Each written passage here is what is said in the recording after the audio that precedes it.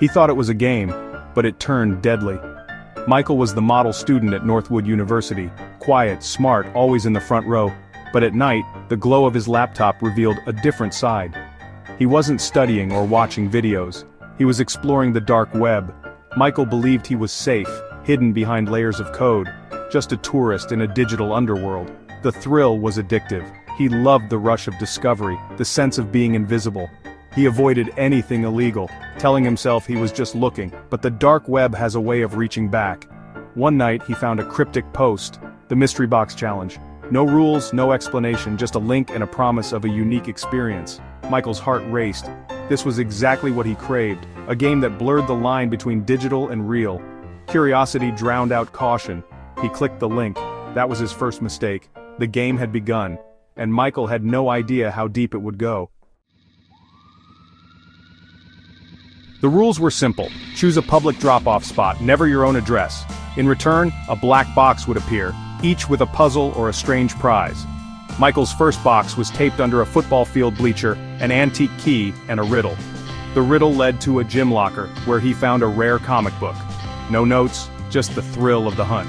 The game became his obsession, each box more elaborate, each prize stranger. He never told anyone, not even his best friend David. He felt powerful, careful, always covering his tracks. The danger was intoxicating. He never wondered who was on the other side. He never questioned why they played, he just kept playing. For his 21st birthday, Michael wanted something special. He broke his own rule and messaged the game master. "Bring it to me, deliver it to my home." Days passed in silence. Then, on his birthday, the doorbell rang. No one was there, just a black box with a crimson ribbon. This time it felt personal. Inside was a single Polaroid, the old swing set at the park near his childhood home. Scrawled at the bottom, where it all began. "Burn this when you are done." The game was no longer at arm's length. The line between fantasy and reality had vanished. He knew he should stop, but curiosity won. He untied the ribbon, lifted the lid, and found the first clue. The game was now a journey into his own past. A new set of rules, a new level, and a new kind of fear. Michael grabbed his keys and a lighter, compelled to follow the new rules. He drove to the old swing set, found another Polaroid taped to the swing, the local library. Each clue was a piece of his childhood with David, places only they would know. "Burn this," each photo instructed. He watched the images curl into ash, feeling as if he was erasing his own memories. The clues led him from the park to the library, then to the old movie theater, the ice cream shop, the bridge over the creek. With each stop, the sense of being watched grew stronger. He tried calling David but got only voicemail. The game was now a haunting tour of his past. Each burned clue left him more isolated.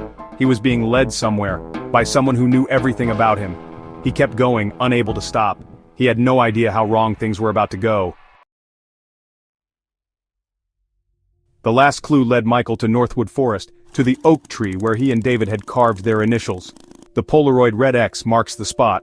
"Dig, your final prize awaits. No instruction to burn this one."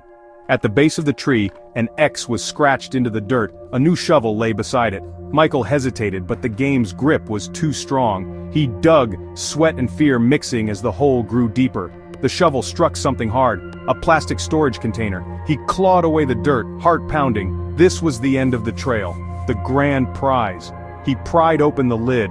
The smell hit him first. Then he saw the body. It was David. The game had become a nightmare. Michael staggered back, horror flooding his mind. David, his best friend, was dead. Buried in a box he'd been led to by a trail of clues. Michael's fingerprints were on the shovel, the only evidence left. He realized, too late, that he'd destroyed every clue, burned every photo, erased every trail. Panic set in as sirens wailed in the distance. The police arrived to find Michael, dirt-streaked and terrified, standing over the grave. He tried to explain, the dark web, the game, the clues. But to the police it sounded like a desperate lie. The evidence was overwhelming. The game master had framed him perfectly. Every step, every rule had led him here. He was the only suspect. The real killer was invisible, a ghost behind a screen. Michael had played the game and lost everything. The nightmare was real. There was no way out. He was trapped. Michael's life unraveled, the evidence a perfect circle of guilt. His digital trail was gone, the mystery box portal wiped clean. He was the scapegoat, the pawn in someone else's game. The dark web is not a playground, it's a hunting ground. Michael thought he was in control, but he was being watched, studied, manipulated. His memories became weapons, his curiosity a trap. The real killer vanished, leaving Michael to face the consequences. His story became a warning. On the dark web, you are never truly anonymous. You think you're the player, but you're the prize. Curiosity can be deadly. When you stare into the abyss, sometimes it stares back.